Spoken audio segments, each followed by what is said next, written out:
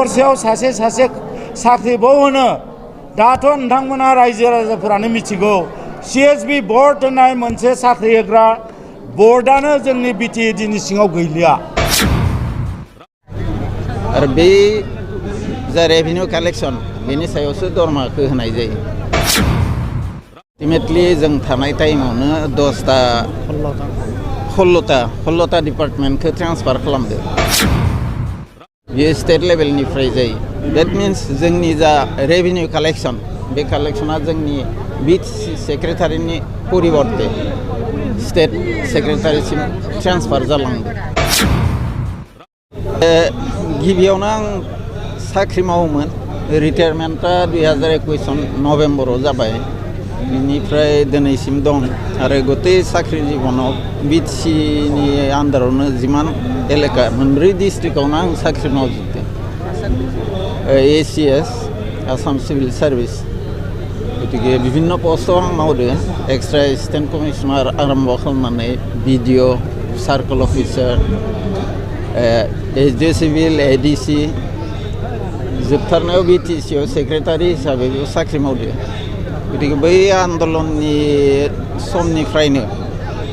जिहेतु BPF दोलोनि जिमान सोद्रोमा दङ बिथांमोनानो बे बिटिसि दानायाव गोबां आन्दलन खालामनायनि गेजेरजों बे बिटिसिखौ लाबोदों आरो थांनाय 15 इयार्स बिथांमोना सासनाव फैदोंमोन आरो बिथांमोननि जा सासन बेबस्था बै टाइमाव जोंनि बिटिसिनि जा अस्तित्व बे सुरक्षित जाना दंमोन। नाथाय दिनै बे UPPL पलिटिकेल पार्टिया सरकार दानायनि गेजेरजों जोंनि बिटिसिनि जा आवगायनि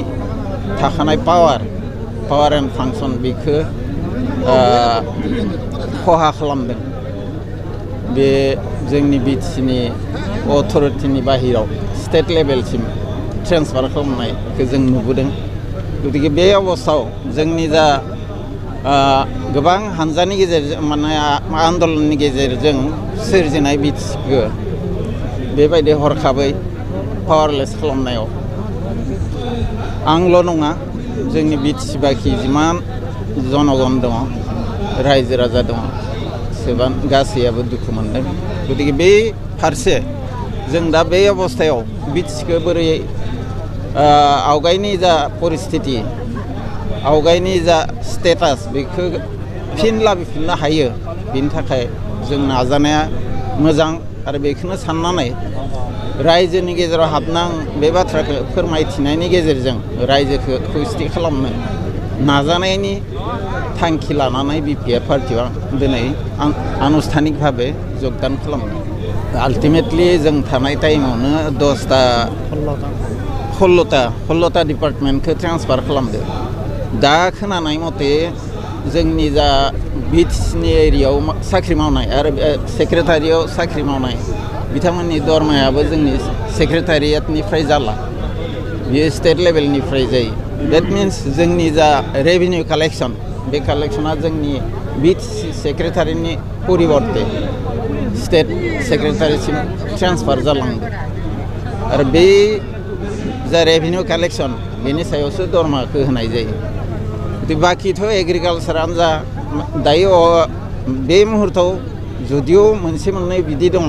बे थानाय थायो एखे बाथ्रा। जों आल्टिमेटलि अल डिपार्टमेन्ट ट्रेन्सफार जानायखौ जों रेभिनिउ पावारा जेतियाना थाया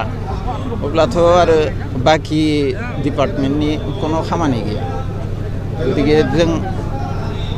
दा आल्टिमेट अबस्थायाव दङ आरो बिटिसिनि अल पावारा ट्रेन्सफार होनना बुंजायो। गिबियावनो मेडिया नोंथांमोननो आंनि गोसो गोरबोनिफ्राय साबायखर बावग्रोबाय। दा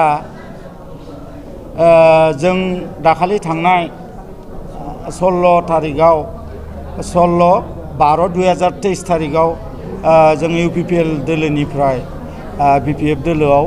जयनिं जाफैजोब्बाय। गासै जोङो 46 माने मेम्बार्स माने कर्मिफोर जों गासिबो ओइदिनखालि जयनिं जादों BPF दोलोआव। दा UPPL नि नीति आदर्शफोरखौ जों मोजां मोनाखै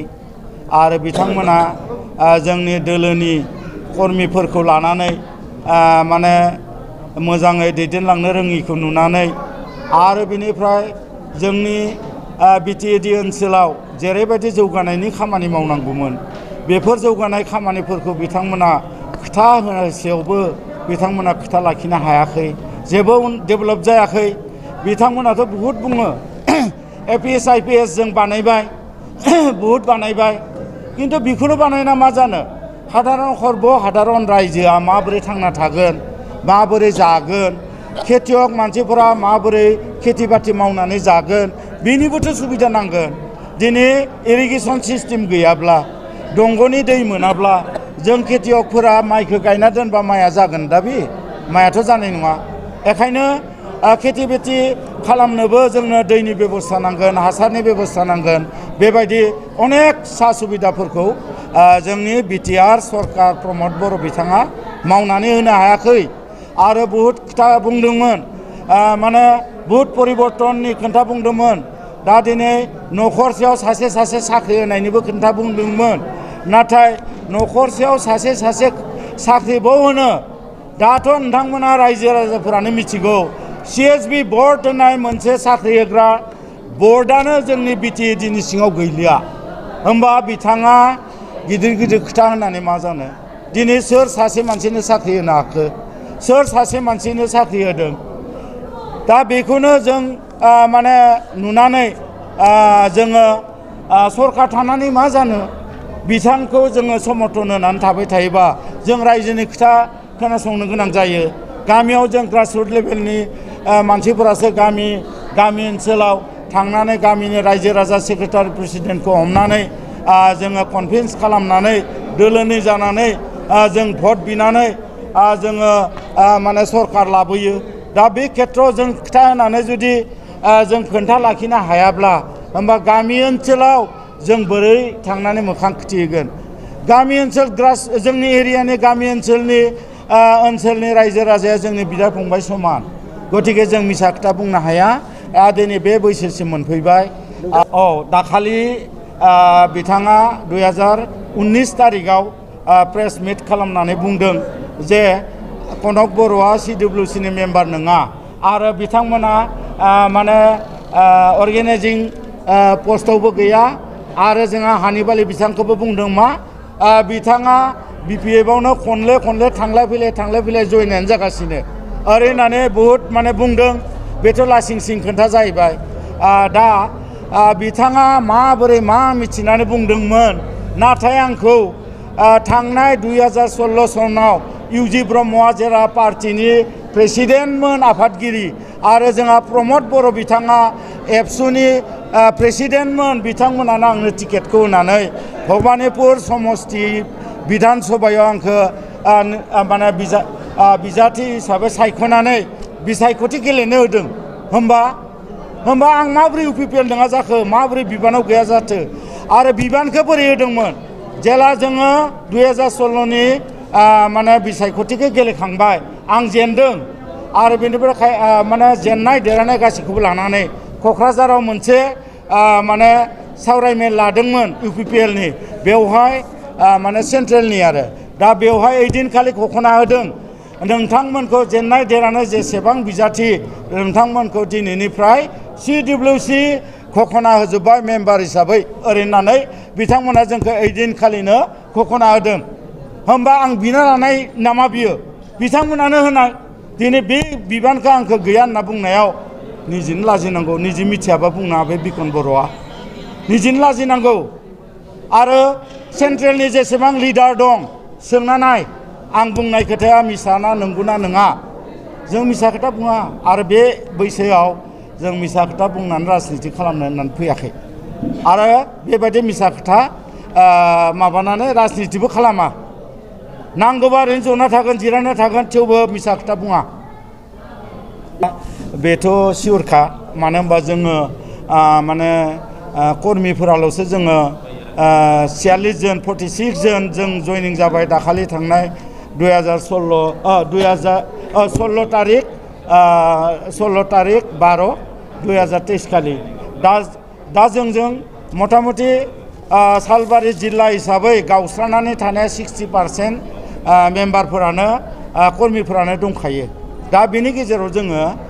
मात्र जोङो माने 46 जनल'सो जइनिं जाबाय, बाखिफोराथ' दं। आरो लोगोसे भटार राइट्स गासैखौबो लानानै जोङो मथा मथि 1000सेनिफ्राय 1500 जों मानसि लानानै आरोबाव नेक्स्ट आरो जइनिं जाबावनाय जों रायज्लायगासिनो दं।